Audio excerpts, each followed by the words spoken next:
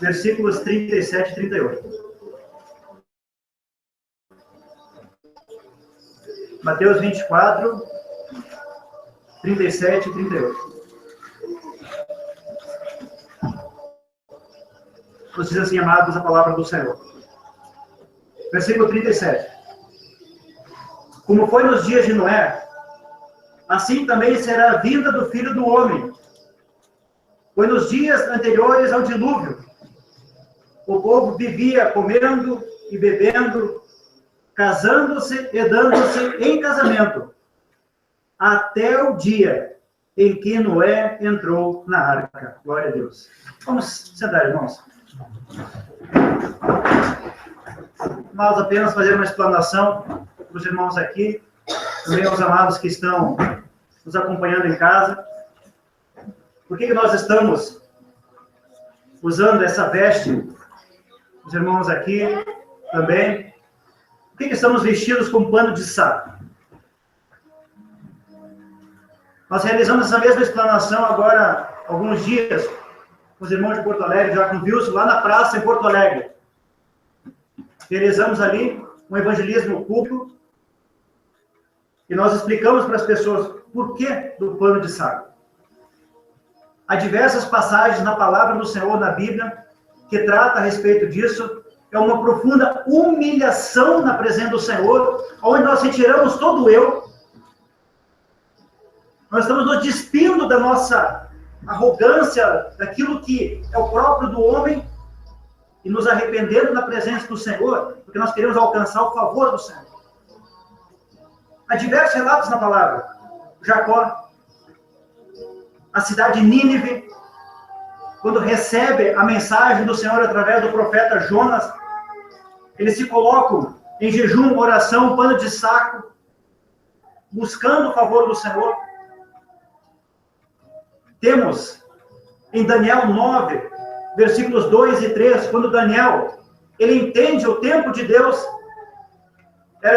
ele entendeu através dos escritos de Jeremias, a respeito do cativeiro babilônico, ele entendeu, e ele começa a orar ao Senhor, buscar o Senhor, e ele se veste de pano de saco, porque ele entendeu o tempo de Deus.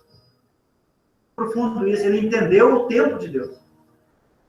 E há um povo nesta hora, irmãos, que está entendendo o tempo de Deus. Que, na verdade, o tempo de Deus acabou. O arrebatamento está às portas. O arrebatamento está logo ali. Eu ouvi um relato esses dias de alguns irmãos que falavam, não, mas usar pano de saco é apenas no Antigo Testamento. Não. Se você for no livro de Apocalipse, capítulo 11, as duas testemunhas do Apocalipse vão usar pano de saco durante o tempo que eles estiverem evangelizando. Então, não é uma orientação que ficou no passado, ficou no Antigo Testamento. Não. Mas, amados, nós estamos tirando tudo aquilo que é o nosso, colocando nossa vida na presença do Senhor. Muitas vezes, na rua, em praça, ouvindo, muitas vezes, brincadeira das pessoas. Mas há um povo que está levando a sério isso aqui. Está se arrependendo da presença do Senhor. Temos a irmã, ouviu brincadeira em casa, mas o Senhor está honrando. O Senhor vai honrar a posição da irmã. Há um povo nesta hora, meus amados, que está se colocando à presença do Senhor porque quer o céu. Nós queremos o céu. Não é esta vida aqui. O tempo para nós aqui já passou. Buscar projetos terrenos. Nada tem mais valor. Apenas a presença maravilhosa do Senhor. Aqueles que tiveram a oportunidade de acompanhar, irmãos, o que aconteceu nos últimos dias no Quênia. O maior avivamento da história da igreja aconteceu no Quênia. Incontáveis curas, bênçãos. E, amados, o que era aquelas crianças aleijadas que começaram a andar, dando os primeiros passinhos na presença do Senhor? Aleluia! Aleluia! Irmãos, algo extraordinário. Estávamos em casa assistindo e chorando. Chorando. Que Deus fez. Glória a Deus. Que Deus é esse que nós servimos, amados. Que alegria. Só precisamos fazer uma coisa, nos arrepender. Só nos arrepender. Não precisamos inventar nada. Não precisamos inventar nada, não precisamos inventar situações, nada. Só obediência. Ao Senhor. Não ao homem, mas ao Senhor. Obedecer ao Senhor. Glória a Deus. Aleluia. Mas voltando aqui, entrando na mensagem propriamente dita. O Senhor Jesus, ele conta a história. Ele diz que exatamente assim como foi nos dias de Noé, assim será a vinda do Filho do Homem. Mas o que era o tempo de Noé? A corrupção. O homem entrou no pecado. O homem deixou o Senhor, deixou todo o ensino do Senhor daquele tempo. E chega um momento agora em que o Senhor se arrepende de ter feito o homem. Aquele homem que ele criou com tanto amor, com tanto carinho, onde a palavra diz que o Senhor soprou nele o fôlego de vida. É onde o Senhor diz, façamos o homem a nossa imagem e semelhança. Agora o Senhor se arrependeu de ter feito o homem por causa do pecado. Então o pecado estava dominando o homem. E amados, e nós olhamos para essa situação e hoje nós concluímos, não somente pela palavra do Senhor, mas olhando à nossa volta, que verdadeiramente hoje nós também estamos nos dias de Noé. Algo para daqui a algum tempo, daqui a alguns anos, não. Mas nós estamos exatamente nos dias de Noé. Estamos nesse tempo. Eu vou pedir para os irmãos, vamos entender um pouco mais. Vamos abrir em Gênesis 6, primeiro livro da Bíblia. Gênesis 6, versículo 8. Vamos entender aqui por que Deus chama este homem chamado Noé. Versículo 8 diz assim: a Noé, porém, o Senhor mostrou benevolência. Sondou toda aquela terra daquele tempo. Ele achou um coração puro. Não eram muitos. Um coração puro. Achou, a palavra diz, benevolência.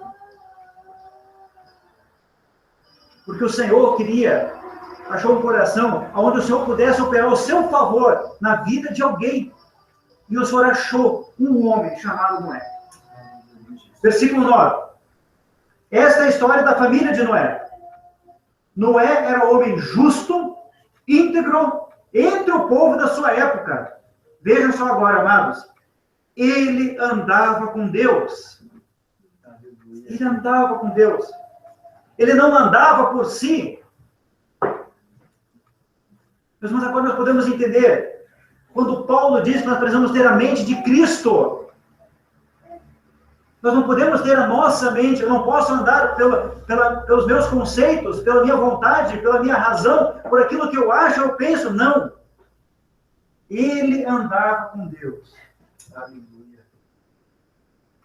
Mas nós temos algumas crianças pequenas aqui. O pai pega pela mão e a criança vai andando com o pai. A criança anda com o pai. E a palavra diz que Noé andava com Deus. Aleluia. Ou seja, lado a lado. Glória a Deus. Lado a lado. Ali, a intimidade. O Senhor falando para Noé, dando as instruções, Noé ouvindo, obedecendo, Noé perguntando. Amado, é o Senhor. Mas ele andava com Deus. Ele não andava em outra direção. Quando Jesus diz que ele é o caminho, é esse aqui. Andava com Deus. É andar neste caminho. Que o homem inventa, faz, não. Andava com Deus. Continuando. Noé gerou 3 filhos, Sem, Cã e Jafé. Ora, a terra estava corrompida aos olhos de Deus e cheia de violência. Ao ver como a terra se corrompera, pois toda a humanidade havia corrompido a sua conduta. Amados, toda a terra corrompeu a sua conduta. E, amados, hoje não é diferente. Por isso que lá em Mateus, onde nós lemos, como nos dias, é exatamente assim. O homem corrompeu a sua conduta. O homem fugiu disso aqui. Porque aqui está o manual de como deve ser o nosso comportamento, o nosso agir, o nosso falar, o nosso pensar, está tudo aqui. Aqui está o padrão para o céu. E o homem fugiu disso. Exatamente como nos tempos de Noé. O homem fugiu da conduta de Deus. É um manual de conduta que diz como você deve ser, andar na presença de Deus. E o homem fugiu disso. Versículo 13. Deus disse a Noé: darei fim a todos os seres humanos, porque a terra encheu-se de violência por causa deles. Eu a destruirei com a terra. Você, porém, fará uma arca de madeira, de cipreste, ou gofer, diz algumas versões. Divida-a em compartimentos e revista-a com piche, ou com betume, por dentro e por fora. E aqui agora uma coisa interessante, amados. O Senhor traz para Noé as medidas. Faça com 135 metros de comprimento, 22 metros e meio de largura e 13 metros e meio de altura. Faça-lhe um teto com um vão de 45 centímetros entre o teto e o corpo da arca. Coloque uma porta lateral na arca e faça um andar superior, um médio e um inferior. Mas quando o Senhor chama Noé, porque Deus sondou o coração de Noé, era o único, um coração íntegro, justo daquele tempo, ele diz para Noé que Noé fizesse a arca. E o Senhor é tão perfeito, amados, que ele detalhou as medidas. Mandou fazer 3 andares, o comprimento, a largura, a altura, onde colocar uma janela. E Noé obedeceu. Noé obedeceu cada detalhezinho do Senhor. Todo detalhezinho ele obedeceu. Metro a metro. Tanto é que ele demorou, os irmãos sabem quanto tempo demorou a arca? Mais de 100 anos, amados. Mais de 100 anos fazendo a arca, obedecendo rigorosamente toda a orientação de Deus. Vou fazer uma pergunta aqui para os irmãos e também aos irmãos de casa. Nesta mesma hora, o Senhor tem chamado a nossa vida e tem nos dado instruções da construção da nossa arca. Como é que está a minha arca individual? A minha vida individual, na presença do Senhor. Eu estou obedecendo a orientação de Deus? Eu estou aplicando a orientação do Senhor na minha vida? Eu estou aplicando as medidas do Senhor? Se Noé errasse uma medida, irmãos, percebam, uma medida só, para mais ou para menos, porque Deus ele é perfeito. Deus sabia que aquela arca ela foi projetada para subir, para navegar. Ela foi projetada para isso, para subir. Amado, se eu errar na minha vida espiritual uma medida que o Senhor tem me confiado nesta hora, eu não vou subir. Os irmãos entenderam o peso? Se eu errar na minha vida uma medida daquilo que o Senhor tem dado nessa última hora, e a sua medida está na palavra do Senhor, não está fora, está na palavra do Senhor. Se eu errar, se eu fugir das medidas do Senhor, eu não vou subir. Se Noé erra a arca, a medida da arca, a arca não sobe. Mas Noé levou mais de 100 anos, com toda a paciência, sempre lembrando da medida do Senhor. Amados, eu preciso acordar Se tiver que trabalhar, deitar, mas sempre lembrando do Senhor na minha vida. Da sua palavra, da sua orientação, da sua direção. Eu não posso, mas nessa última hora tão crítica que a igreja está vivendo, eu não posso errar a medida. Mas eu não posso. São situações que surgem no nosso dia a dia, mas eu não posso errar a medida. Senão eu não posso. Amados, nós estamos no período da meia-noite que está lá em Mateus 25. Mas é as densas trevas. É a parte mais escura do dia. É as densas trevas. Como é que eu vou errar uma medida?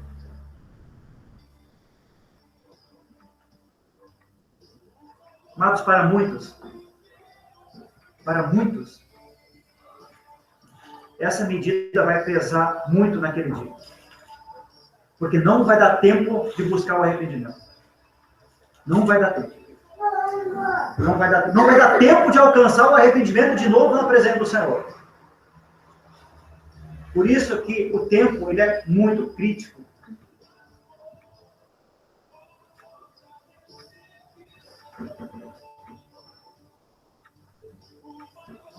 Versículo 22. Gênesis 6:22. Vejam só.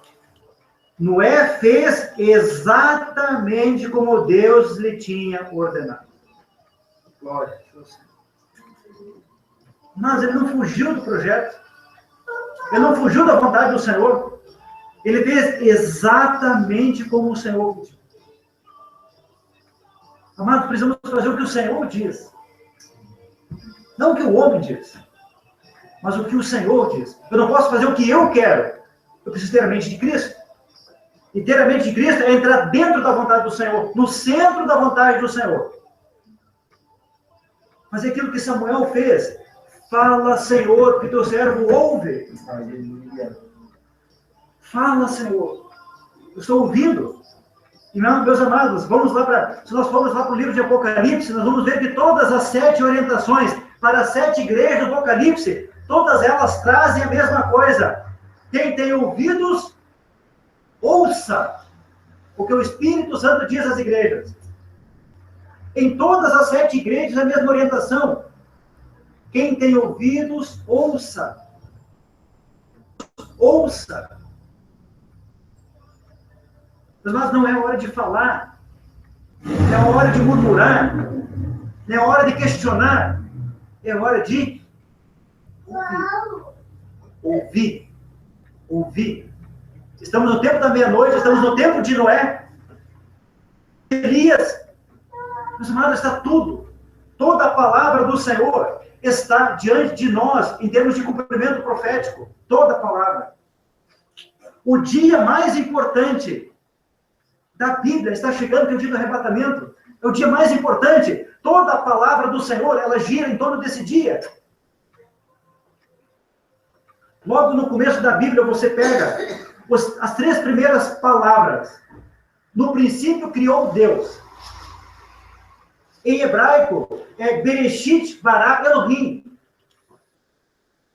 O verbo criar, no hebraico, não tem uma tradução apropriada para o português, mas no hebraico, ele é mais ou menos assim, que Deus criou, fez do nada, mas por um tempo determinado.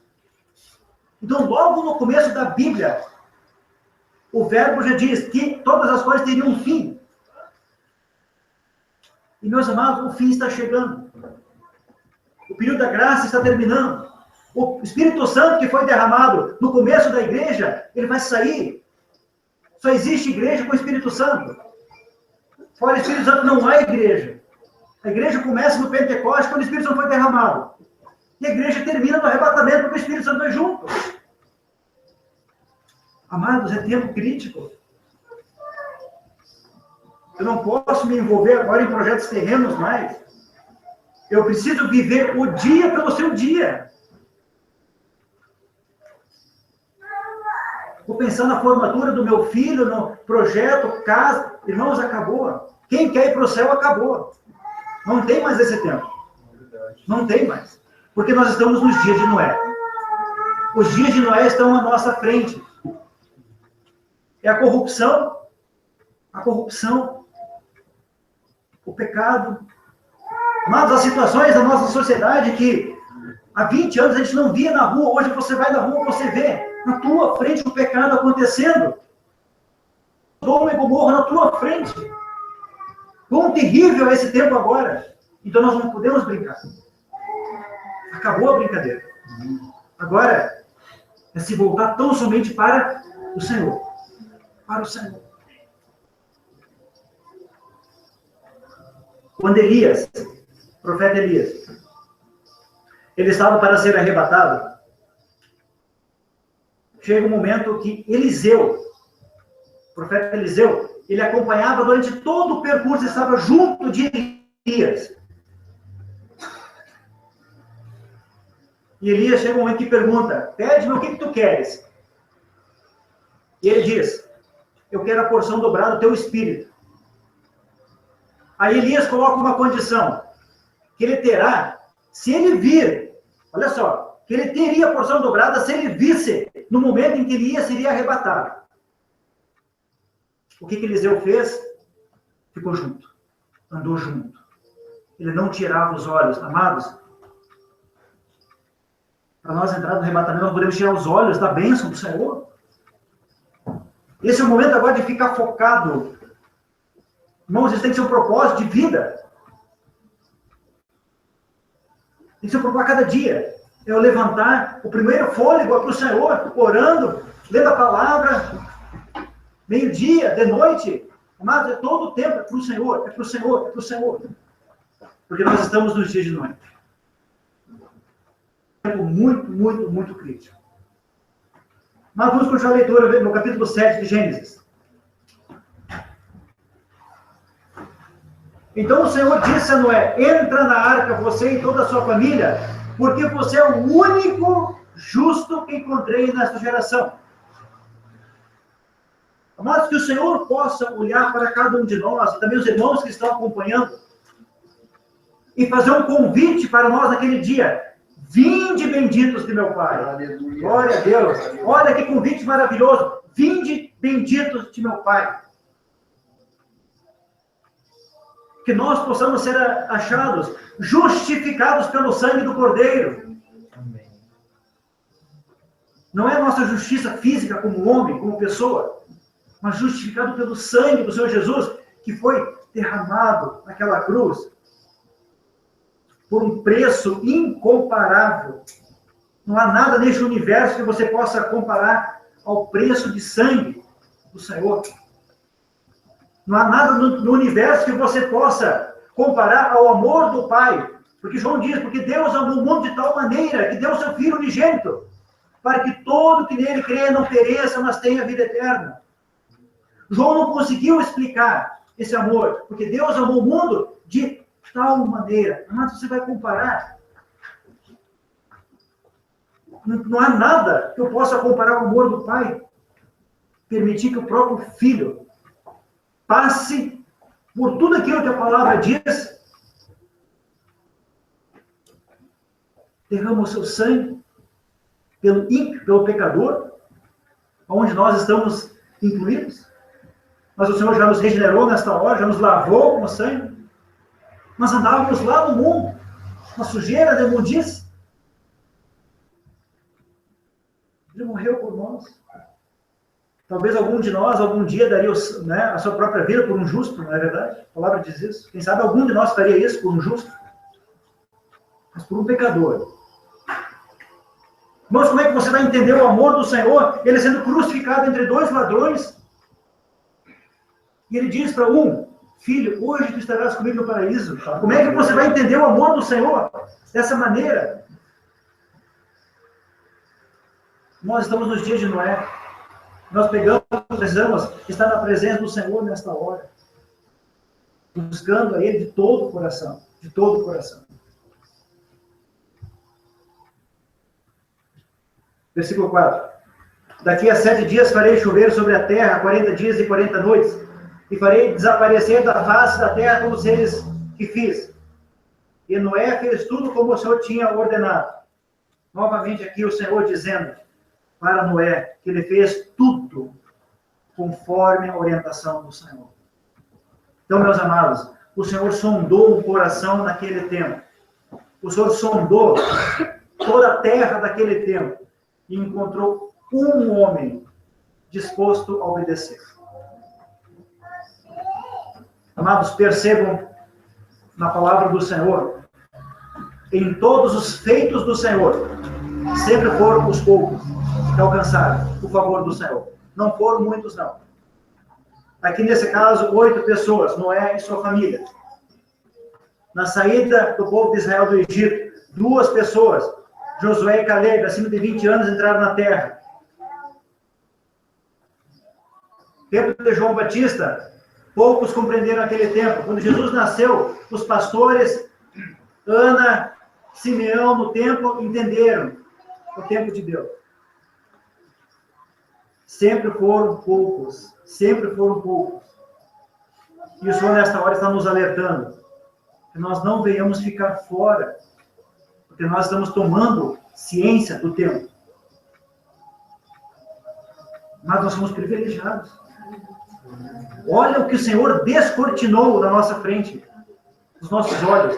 Olha as escamas que o Senhor removeu das nossas vidas, nos dando entendimento a respeito das coisas de Deus nesta hora.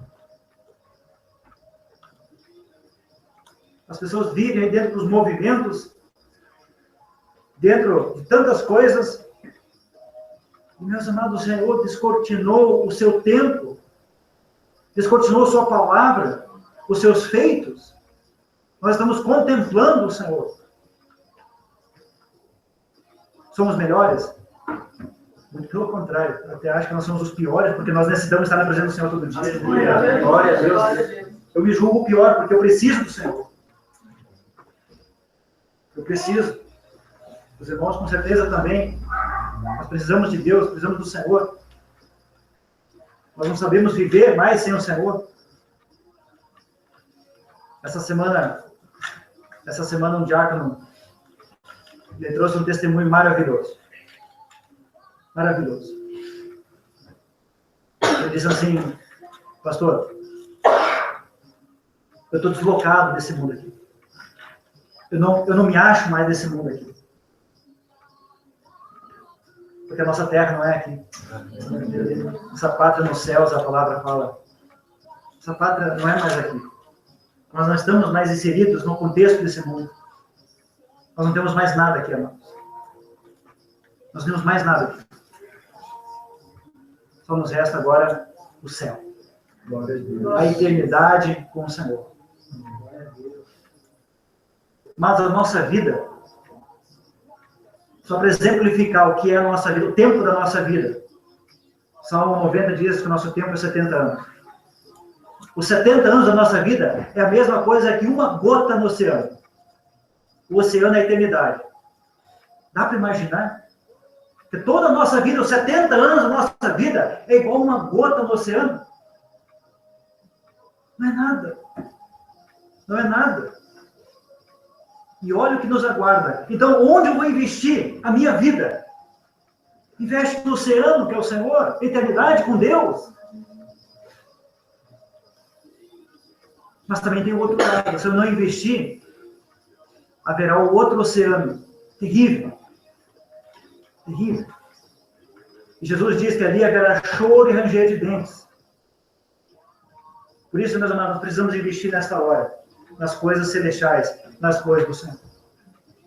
Estamos nos dias de Noé.